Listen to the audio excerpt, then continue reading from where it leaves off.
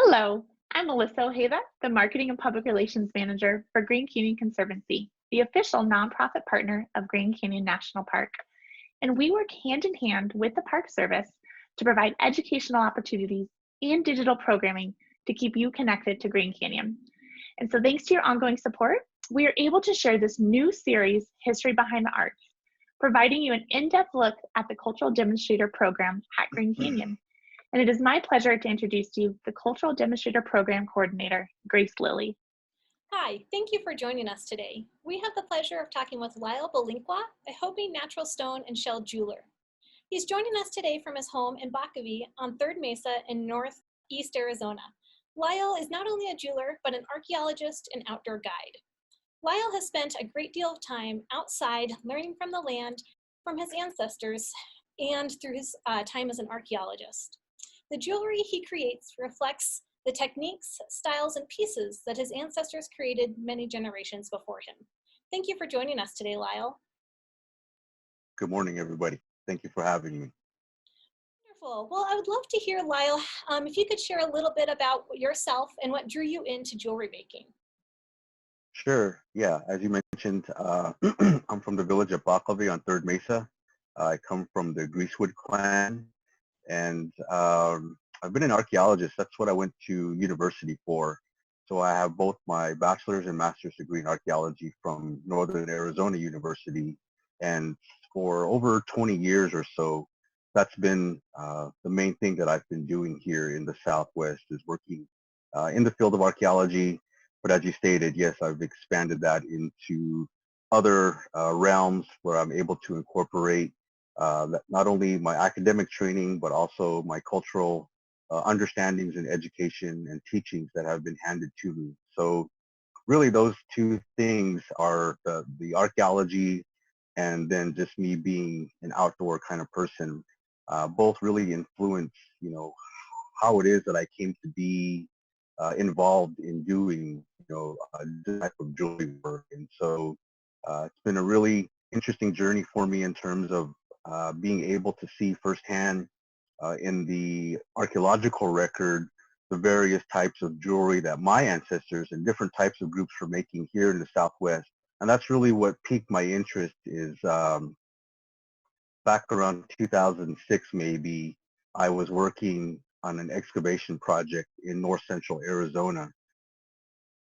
And during that project, we were encountering a lot of fragments of what we know as pipestone. It's called argillite in its technical term, but it's a really soft shale kind of rock material, and it's locally available there in the Verde Valley area. And so the site we were working on just had an above average amount of this material. And it really piqued my interest because the type of material we were finding was really dark red, maroon red.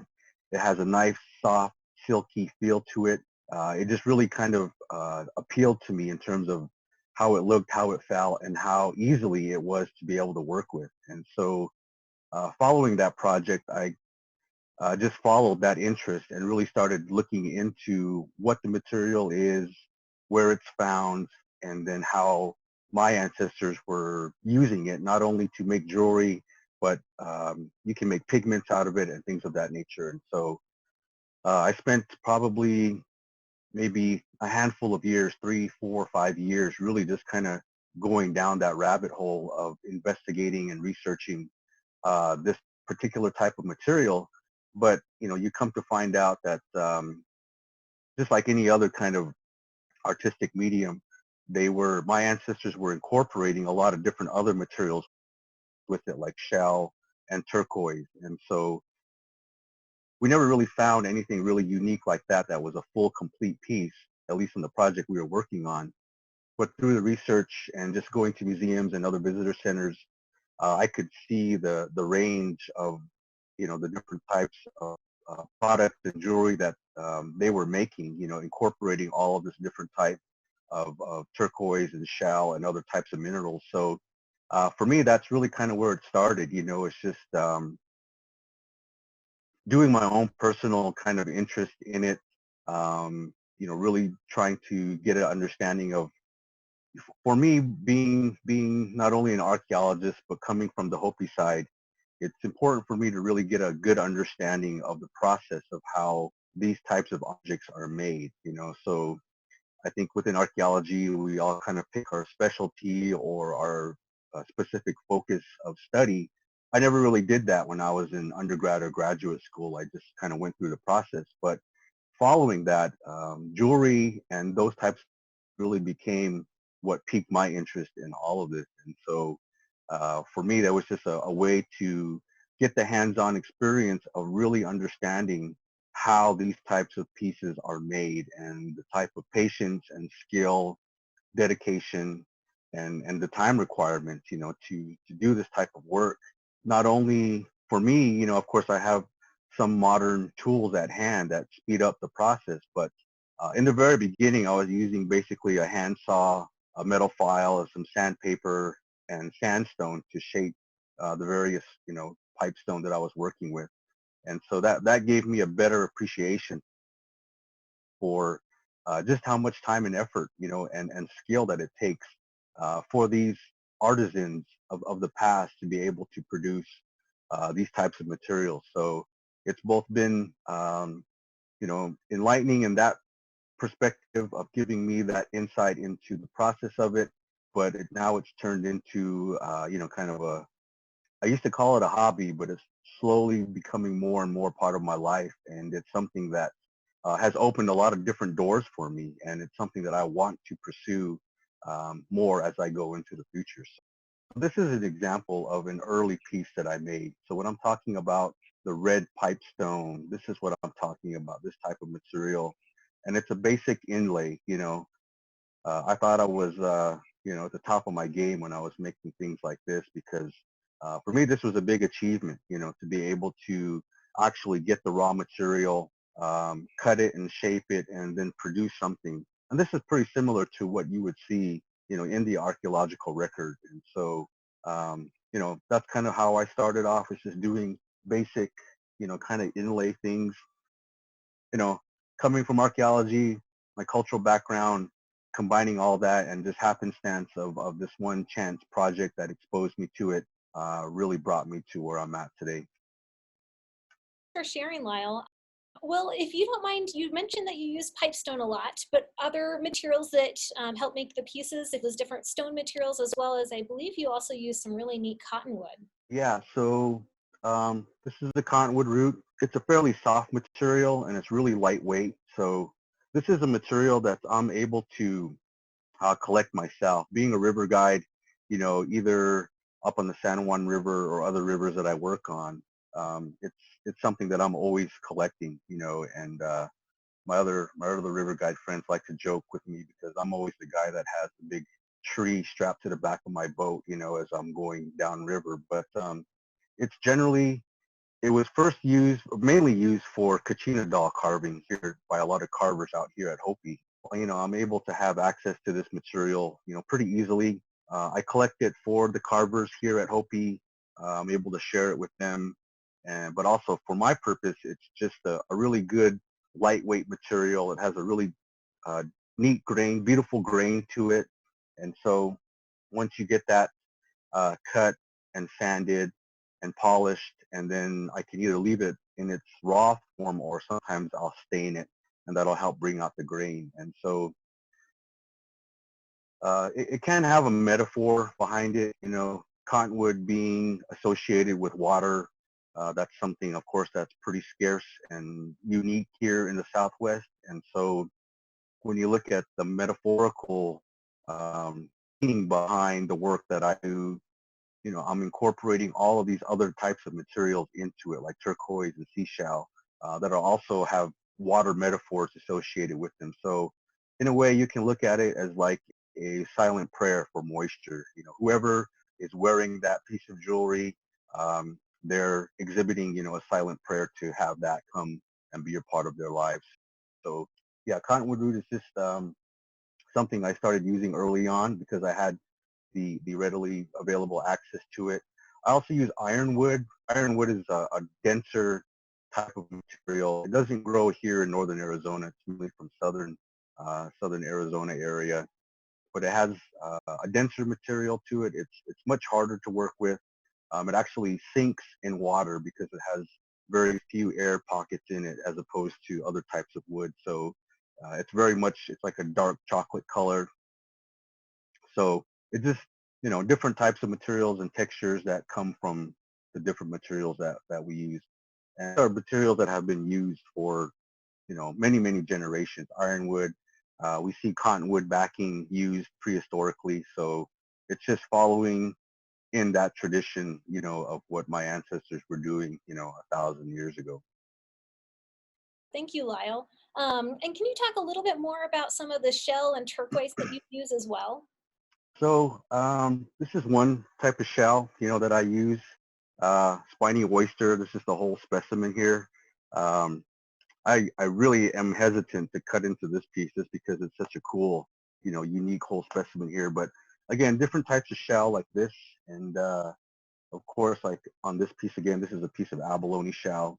So um, different types of, whatever shell I can get my hands on. This is a thunderbird that's basically on a piece of clam shell here, the coral piece in the middle. Again, all these different types of materials that have been utilized for thousands, hundreds of years here in the Southwest, having that association with water, the colors, they're vibrant. So there's a lot of metaphorical meaning, behind all the different materials that I utilize. Um, this isn't necessarily a piece of turquoise. This is a piece of chrysocolla, but it's generally similar to the type of turquoise that I'll buy. So I try and get all of my material in its rough form. You can buy finished pieces that are already cut and polished called cabochons, and those you can, inlay into your pieces. But I really try and do my best to get the understanding again of what the process is to utilize this material. So I try and buy it in its rough form as much as possible, and then I'm able to bring it home and cut it and shape it how I really, want to use it down the line. So for me, those are really my main types of material.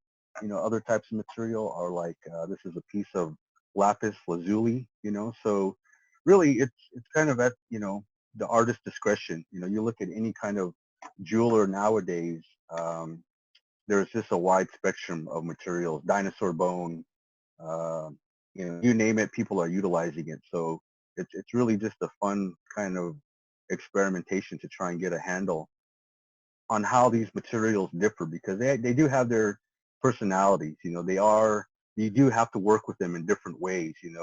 Turquoise is relatively soft. There's some hard material, but for the most part, turquoise is a soft material. So you really have to be patient with it. You really have to pay attention to how you're cutting. A lot of times I'll just look at a piece of the rough and wet it down and try and get a sense of where the fractures are. How am I going to cut this piece to maximize the most amount of material out of it? And sometimes it just doesn't want to, play by the rules, and you kind of got to put it aside. But so yeah, those are the different types of materials that I'm using for the most part: cottonwood root, ironwood, turquoise, and various types of shell, and just whatever other, material that I personally, am attracted to. I'll pick up a piece and try it out. Neat.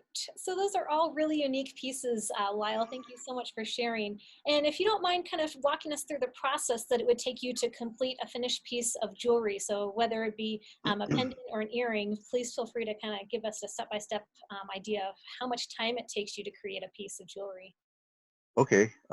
Yeah. So basically, I'll start off with this piece of wood here. If I'm going to use cottonwood root, and I'll cut it into a section like this. And I used to cut it just in like the cookie cutter fashion to get this type of grain. I'll either do that, or I'll split it vertically like this into, longer sections. And that gives you just a different grain pattern depending on how you cut the pieces of wood and depending on the size. So I'll get blanks like that, and then eventually I will cut them into smaller pieces, thin, kind of, quarter-inch pieces like this, and shape it to however, I want. So like there's a specific pattern. There's another drop pattern right there, you know. So it's really kind of up to me how I want to, you know, whatever shape I want. This is something I really like to do, and this is a T-shaped doorway, you know, that we see in archaeologically here within the Southwest and across, you know, the Western Hemisphere. So being an archaeologist, you know, this has always been unique to me in terms of its meaning. It does have a specific meaning in Hopi, but so I'll get it to that point. Um, and again, you cut out the, you know, the inlay part where you want to put all your different pieces, and then basically start cutting and shaping. So from, you know, a big chunk of turquoise, I'll end up with like little inlay rectangles or squares or whatever shape I want, you know. So it just kind of depends on the, how much space I have to work with, and you know how I want that specific pattern to go into. So from there, I'll utilize, I have a small trim saw and a Dremel that I'll use to help shape, but I also will shape it sometimes if it's a really soft material and I don't want to chance running it on a piece of machinery. I'll use sandstone, and I'll dip that piece in water and just slowly grind, you know, that piece into whatever shape. Usually I'll have it pretty much roughed out by the time I get to that stage. And so then I'll just go through various um, shaping and kind of sandpapering. I'll go through different grits. I'll usually start off with like 100 grit and then go to 220 and then maybe go to 400, and then I'll go into a 600 wet sandpaper, which is like an automotive sandpaper that they use to do body work. And then I usually finish with like a 1500 or 3000 grit sandpaper. And so that really brings out the shine. And once I have um, once I have all those pieces ready, you know, and they're ready to be inlaid, I use a two-part epoxy, which you know is you squeeze it out and you mix it together. I add a small piece of or small amounts of black acrylic paint just to darken, because it'll be clear when you mix it together. But I add the black acrylic paint just to give it a little bit more background texture to it, so that comes out all of the little seams in the mosaic are, they're kind of contrasted with, you know, the usually bright colors of the turquoise or whatever else I'm using. And I'll set that in, and that's kind of the you know, I that stage of actually doing the inlay is really the part that I need to make sure that I'm not rushed in any way, that, you know, I haven't had too much coffee that morning, that I really have to make sure that everything is laid out and ready to go, because the epoxy sets within 5 minutes. So you have a very short window of time to get everything in there right, start to, you know, move pieces around so they align properly, and really get it to how you want it to look. So I'll generally do maybe just one set of earrings at a time, because I've tried to do, you know, like, okay, I'm going to get real good at this and do maybe 2 or 3 sets of earrings at a time, but that never works out. And so you just have to be willing to be patient, spend the time, and know that it's something that you have to be focused on, and really, you know, set your intention to doing the best work that you can. And so once I get those pieces set in the epoxy, I let that set, and then I'll come back and clean it up. And so on my Dremel tool or my flex shaft, I'll have a small, it's like a rotating wire brush. It's soft bristled, and I'll have that on low speed, and that'll just clean off all the excess epoxy. Usually I'll wipe it down while it's still kind of wet with a slight watered down, like rubbing alcohol. Add a little bit of water in there, and that'll help clean off the surface of most of the excess epoxy as it extrudes, you know, out as you're pushing those different pieces in.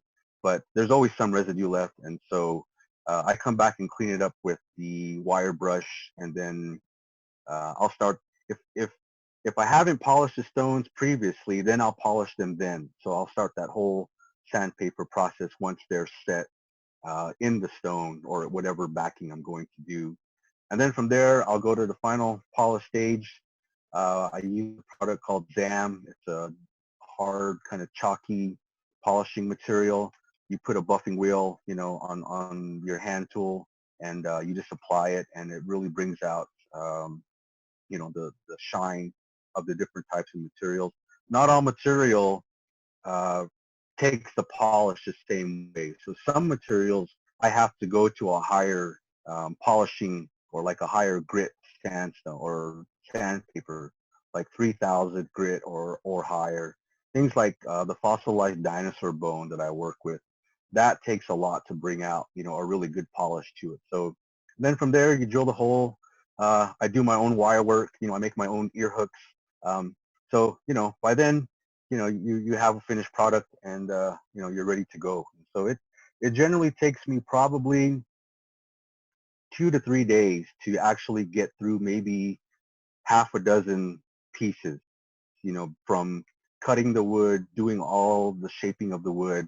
And I generally have a stockpile of pre-cut inlay pieces that I may spend a day. That's all I do on the trim saw, is just cut, cut, cut. So that way when I'm ready to go, I can trim those as I need and go forward. But yeah, it'll generally take me about a week maybe to get a handful of pieces done, to where I feel like I'm satisfied with, what I have, and then, we'll start another batch. Wonderful. Well, that's some really great work you do, Lyle, and it's amazing to hear that whole process. So as you've been creating this unique style of prehistoric jewelry, what are some of the challenges that you've faced trying to kind of have that learning curve and get to where you are today? Just having the patience, I think, really, I can remember back in the early days when I was in my backyard with like a handsaw, trying to cut a block of pipestone and going through saw blade after saw blade and still not having a slab to work with, and then you start to, it's just an individual process of learning, your patience level, how you go about it. Um, and then again, learning the different materials, and being forgiving with that material, because, I think when I first started, I had this concept that, okay, it's going to be a perfect run from beginning to end. And, I quickly found out that that's not the case. So learning the different aspects of the material, how they react to different types of, machinery, processes, things like that. And, I, that's kind of the technical part of the learning curve. It's just, it takes time to learn each individual material and get a better understanding of it. On the more artistic side, that's the harder. That's kind of the constant struggle for me, is that, you know, is am I an artist? I still, uh, have a hard time labeling myself as that jeweler, because I don't think of myself in that manner. Um, I'm slowly transitioning out of, okay, it's still a hobby, but it's become much more than that. And, things like looking at my early pieces and seeing how far I've come. And this has taken, we're not talking, yesterday. This started in 2006, somewhere around there, when I really started, getting into it. So, 14, 15 years later of constantly learning and trying different materials, experimenting with, all of those things, and trying to push yourself just to get a better understanding of not only the material, but where you stand at, has been, that learning curve for me to really accept that, okay, this is a larger part of who I am, what I want to do now. And so being honest with myself in terms of, okay, if I'm going to be an artist, you can't fake it. You really have to go into it. You have to devote yourself to it, and as much as you can. I still don't do this full time. I still have all my other archaeology and guiding work to do when we could do it. But when things were normal, this is still a part-time kind of thing for me. I'd like for it to become more of what I do, because I enjoy being home. I enjoy being able to create things from my home base, that go, that I've been able to ship things all over the world now. Different pieces are in different countries. And so that's kind of the realization that you go through, in this process, is that you accept that people appreciate what you do, even though you're trying to be humble and you're trying to stay focused on what you're doing, with what you have at hand. I don't have a whole studio setup, basically operating out of my kitchen table and another room. And, I'm working with the basics right now. But for me, that's also part of the process, is that if my inspiration is coming from my ancestral past, and you look at what those folks were creating with the bare minimum, part of my one of my goals is to stay in line with that kind of thought process, that you can achieve good things with basic materials and basic tools at hand, and so for me, that's just me as an individual, kind of, where I've been at as an archaeologist, and trying to stay true to that, but also knowing that, yes, I have a trim saw, yes, I have modern day equipment to help me kind of speed up the process and make things a little bit easier. So, there's both been that technical learning curve of the tools, when I got a trim saw, that took a whole nother, few months to get a handle on, and grinders and things of that nature. So you really have to learn, machinery, how to be safe around it, how it's best used.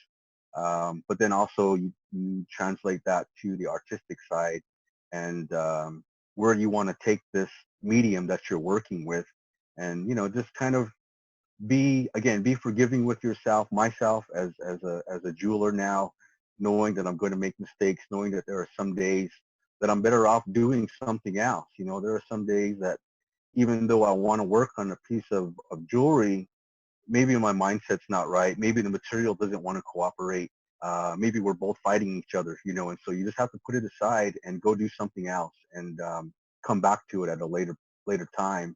And then maybe, you made up by then, and you guys, we work hand in hand, so to speak, to make something come together. And so, yeah, it's been a long process of technical, artistic, personal, metaphysical, questioning yourself, and then the confidence level of getting to a point now where I understand the process now. I have a good handle, I think, on the types of jewelry that I want to make, how I get from A to B.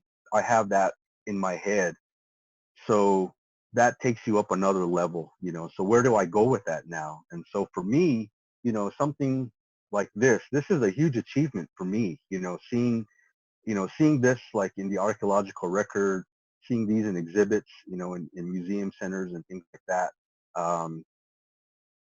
This was kind of scary for me to say, okay, I'm going to attempt that. But once it came to fruition, and actually looking at it, and holding it in your hand, you realize how far you've come, and how much knowledge and experience and patience you have to be able to get to this point. And so, there's different levels of learning, that are always ongoing, with this process. And so right now, maybe I feel like I'm at a pretty good, stable level. Where am I going to go with that next? And so, we'll see what that leads to. Great. Thank you so much for sharing your amazing developments, and we consider you an artist, and getting to see your amazing creations and new developments come through is really neat, Lyle. But I'd love for you to share a little bit more specifically how you connect to Grand Canyon personally and also culturally as well. So it's a whole history lesson right there, I guess, but we'll try and condense it. For Hopi people in general, I can't, and again, this is when I'm going to talk about culture, I can only really talk about a specific slice of the pie, so to speak, because Hopi is comprised of many different clans, many different groupings of people that came together over a long period of time to become who we are today as quote unquote Hopi. So for many of us, Hopi is an origin point. It's kind of the beginning of who we are as a people. It's kind of I want to say, in human history in general, we've all recognized that we've gone through certain stages of development. Like we were in the Stone Age, then the Bronze Age, and maybe now we're in the technological age. Those mark advances in different types of humanity. So for Hopi, the Grand Canyon represents one of those stages, as maybe the beginning of the stage we're in right now. This kind of the origin of us becoming Hopi, which is a big concept for us in that, of course, you have the confluence area where the Little Colorado River and the Colorado River meet. Upstream of that general region is an actual geographic landmark, that's called Tipacuini. And for Hopi, that's where we conceptualize our beginning of coming from one stage of development, the underworld, into this above ground, the new stage of development.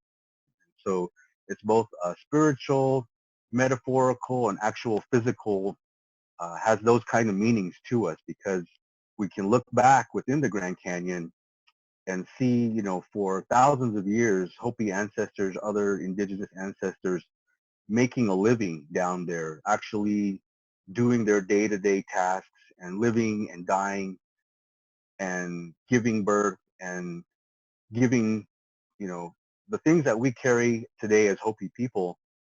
We owe some of those material, those ideological, those philosophical, the religion, the ceremony, the language, all of that culture has some connection to the Grand Canyon. And so, you know, that's just to say that it has a lot of different meaning for us as Hopi people, that it's not just a beautiful geographic landscape to go and visit, but when we go there, we're actually entering holy ground where ancestors dwell, right? And so we're actually interacting with a realm that is beyond us as physical human beings. And so, that's kind of the really abstract perspective of what the Grand Canyon means. For me as an archaeologist, I owe a lot to the Grand Canyon, because that's really where I learned a lot about archaeology. The whole northern Arizona region in general, but places like the Grand Canyon, Wapatki, were where I really started to learn a lot about archaeology. And, I took my first river trip in 2002 and spent like maybe 19 days working along the river corridor. And that really opened my eyes to, what is the Grand Canyon all about? Before then, I was just like any other tourist. My dad would take me and we'd go to the rim and, wow, look at that. And then maybe we'd hike down for a little bit. But it wasn't until much later that, actually spending that intimate time along the river corridor opened my eyes to just the larger experience of what the Grand Canyon means to Hopi people. And then later on in subsequent trips, both archaeology and cultural trips, and then working as a guide, you come to know more, on a intimate level, the various environments and landscapes of the Grand Canyon. And so you really get to see how our ancestors were coexisting within that landscape. And so for me, that's what I try and convey to my family, my relatives, my community members, is that, yeah, it's a real cool place that I think a lot of us go to as tourists, but we also need to understand that there's a lot more meaning behind it. And I encourage folks, whether they're indigenous or not, to really try and understand, that it's hard on a maybe a one-day visit or a couple hour visit, what the average tourist spends there, but it's hard to grasp that meaning. But at least for Hopi, we have that at our resource. It's one of those things that we can look back on and say, okay, it's more than a tourist destination for us. It's a pilgrimage. It's a place that we can interact with a big, broad spectrum of our ancestral past. So a lot of meaning there in the Grand Canyon. Thank you so much, Lyle. That was an amazing perspective on your ancestral homeland that many people consider a national park, but need to realize how much it is a special home to people in the past and people today. So as you've shared so much about your connection to Grand Canyon, could you share just a little bit about Hopi culture and what you're hoping others might understand a little bit better about your background? So, most people who come, to Arizona or the Southwest, they may see the term Hopi on a map, on an interpretive sign, and you don't get much from, just reading about it in terms of, those brief encounters with little bits of information here and there. What I'd like people to understand is that we've been here since the very beginning. One of my family members has stated, Hopi ancestors have been here since the time of creation. And so that's not taking it lightly. That's not just throwing out some whimsical kind of piece of um, romanticized history. There is fact behind that. And, over the years, we've been able to show that in greater detail. But what that really means is that we have a long, complicated, complex history in this landscape that just because if you look on a modern day map and you see the Hopi Reservation with its neat boundary drawn around it and it's detached from Grand Canyon National Park, that doesn't mean that we don't have that connection to this ancestral landscape. In the Hopi mindset, those boundaries are arbitrary. They don't really mean much to us because our stories, our histories, our songs, our prayers, all of those things that entail who we are as Hopi people, they wipe clean all those boundaries. They take them off the map because they connect us in many different ways. And so we're not just relegated to that past either. We're active participants in the overall management of Grand Canyon National Park. We're at the table, so to speak, and offering our perspectives in terms of how we would like to see this landscape managed. What are some of the, what is the information that we would like people to have access to? And that's part of it is that, yes, we were here thousands of years ago, but we're still here in many different capacities. We're still here as Hopi people, modern day Hopi people coming to pay homage to an ancestral landscape. But many of us, like myself, we have other roles within the whole paradigm of the national park there. And so we're archaeologists, we're scientists, we're guides.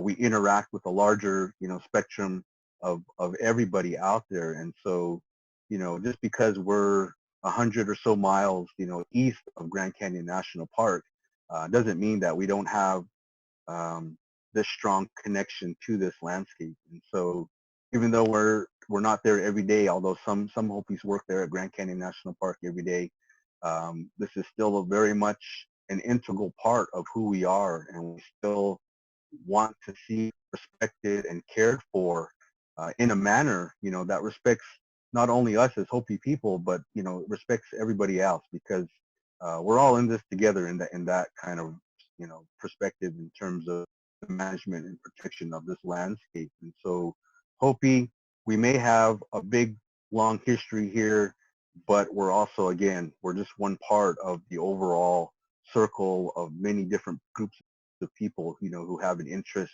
and want to see this landscape protected. So for us as Hopis, that's kind of what I would hope other people who come, to the Southwest learn about us, is that yes, we're still here, we're still doing our part, and hopefully into the future, we'll still be given those opportunities. I appreciate that openness you have of sharing your culture and how much Grand Canyon means to you and the Hopi people. These are some strange times to navigate, and generations before us have gone through similar ordeals. Lyle, have you heard of any stories from tribal members or how the pandemic affected them in the past, or any other illnesses that have come through the community? And do you have any suggestions to help people struggling today with the pandemic? Well, I think indigenous culture and tribe here, what we call the United States, has experienced something like this in the past. Hopi, on a specific level, we know that we've endured smallpox epidemics, measles epidemics, any kind of physical ailment, that has been introduced into the new world. We've gone through that. And so I don't have very many specific stories per se from my family about how we endured some of those, other pandemics in the past. But I do know, during the 1850s and predominantly in the latter part of the 18th century there, Hopi was, as were a lot of tribes here in the Southwest, we did experience a lot of epidemics with smallpox and flu and measles and those kinds of things. The results of that was that many of the Hopi people living here, they moved, they left the Hopi Reservation, they left the Hopi Mesas and moved to relatives, either, in New Mexico along the other pueblos and stayed there for a number of years. Some folks remained here, but those who came back after, things had gotten better, they encountered a whole different landscape in terms of realizing just how much of the population was lost due to those, types of illnesses. And so um, this has been difficult, I think for many of us here in terms of enduring this situation we're in, because the thing for me, the thing I can speak personally to is that we've had no ceremonies or very little, and those are a huge part of our overall well-being. What is it besides physically taking care of ourselves? What are the mental and spiritual aspects of well-being that we need to ensure that we are healthy people? And so having that part of our culture more or less put on hold for a whole year has been pretty strange, and so there's been not strange, it's been hard, it's been very difficult for us, I think, because again, those are large aspects of who we are, and the coming together of the community, the well-being as a whole, hasn't been able to happen. And so we're all isolated. We still see each other, from time to time, but for the most part, we've been having to keep our distance and not be involved in those spiritual aspects, that hold community together.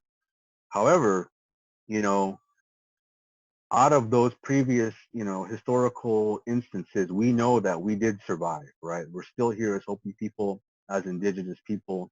We're still here able to carry on, our culture. And so knowing that we were able to go through something like that in the past without the medical assistance, so to speak, that we have now, without some of the guidance, that we have at hand, gives us hope that, okay, yes, that there is going to be a day, somewhere in the future where our regular lifestyle, our cultural lifestyle will be able to come back and we'll be able to participate and be a part of that larger system again. And so I think that's just the lesson for us as Hopi people, is that we do have the resiliency, we do have the perseverance, the inner strength, the mental strength, the physical strength through this. Now, there are some things that we're able to do, that still are a part of the culture.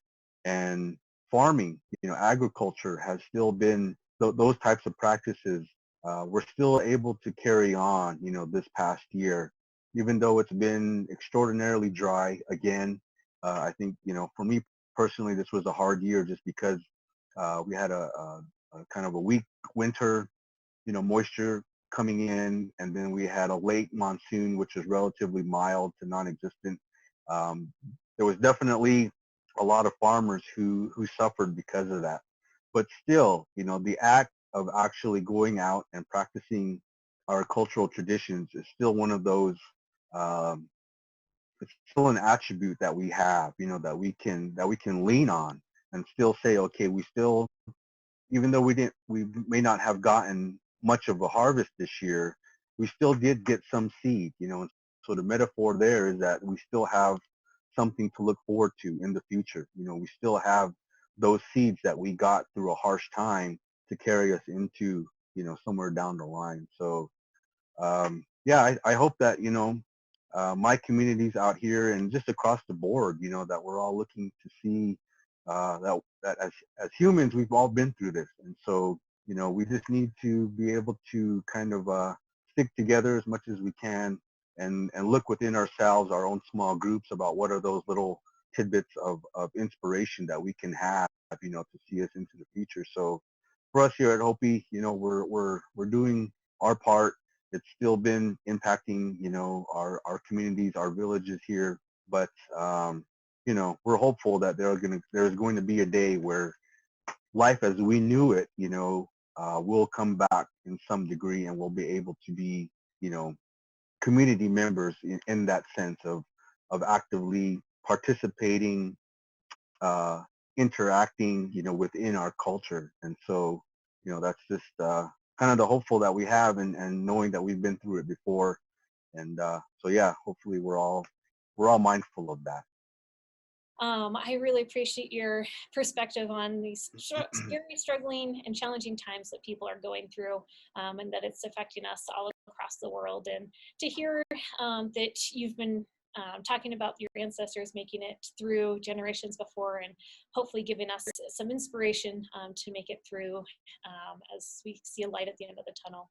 So to kind of conclude our interview today, I would like to ask you a final question. I know that you're still struggling as keeping that perspective as an artist, but you've gone through 14, 15 years of this amazing work, and I would just like to hear if you have any words of wisdom you'd like to share with other artists. Again, be forgiving with yourself, and be willing to, you know, I I think as artists maybe, and again, still thinking of myself relatively new in that realm, we're all in this as individuals to some degree. We're all kind of battling our own mental roadblocks and obstacles about, is this good enough, or am I doing this right? And really, you just have to keep trying. You just have to make mistakes. How many times did I ruin a piece, because I rushed it, because I did something wrong. There's always something that you can learn from. And again, as long as you're willing to accept that, yeah, you're gonna mess up from time to time, but there's always a lesson, in that mistake. There's always something that you can take away from that.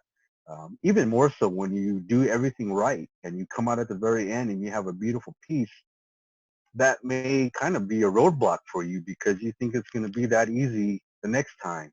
And then, the next time shows you that it's not that easy, and that you do have to be willing to take each thing as it comes. I don't, I guess these are just life lessons, I think, in a way, that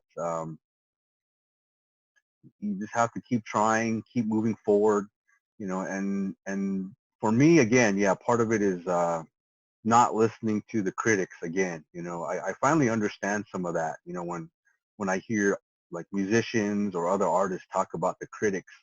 There's always going to be somebody out there that says, oh man, I can do it better, I can do it cheaper, I can do it faster, and I'll sell it for a lot less. Well, that's great, go for it. That's what I tell them, go and do it, because in the end, at the end of the day, you really just have to be comfortable with yourself, and the work and the process, and the speed at which you're learning how to do this. So we all move, we all learn at different rates. And so, just because maybe, a contemporary of yours is learning faster or achieving greater notice on a greater level than you are, don't take that too, don't take it too personally. Just kind of always be within your own self, and be willing to just accept who you are, accept this is how you're doing it. And eventually, maybe, I think maybe now after 15 years, again, I'm kind of getting to that level where I can accept this is my process. This is how I do it. Doesn't mean that I'm stuck there, but it means that, I finally got to a level and a place where I feel confident about the work that I do, and being able to show it, to other people, and not kind of cringe about it so much, but I think that's just inevitable. I think for anybody that's learning anything new, is that being an artist is a hands-on experience. Again, like I said, you can't fake it. If you're going to fake it, then it's going to show. You really have to, be willing to give the time and energy to it, and realize that it's not going to happen overnight, just like with anything else in life. And so, um, just keep at it, and keep track of yourself, keep pieces of those early works, because that's a good way for you as an individual to gauge your own progress, because your friends and family are always going to tell you, oh, that's great, that's beautiful. But internally you may think, no, it's not, you're just saying that. But if there's some way you can track your progress as an artist, as an individual over the years, you'll surprise yourself at how much you're able to achieve and how far you come over all those years. And so yeah, be forgiving of yourself, and always find ways, to seek inspiration, so I think I'm lucky that my other career requires me to put the jewelry aside for a time, because I definitely need that away time from it to go out into the landscape and get that inspiration again from, whether it's the natural landscape, whether it's the cultures I'm looking at, or the other modern day contemporary indigenous people I'm interacting with. Those all feed into your creative process at some point. And so, be willing to step outside your boundaries, be willing to put it aside for a little bit of time, and know that it's always going to be there. If it's something you take serious and it's really something you want to do, you'll find the time for it. You'll make time for it, and it'll always be there waiting for you. And when your energy's right, you'll know it. It'll just be like you'll do things without even really thinking about it. It's almost like your hands and your mind are operating together without you consciously knowing it, and you're able to just make things happen, and you can sit back and enjoy that moment, and know that it's probably not going to be that way the next time, but that's the way it goes. So just keep at it, and work hard.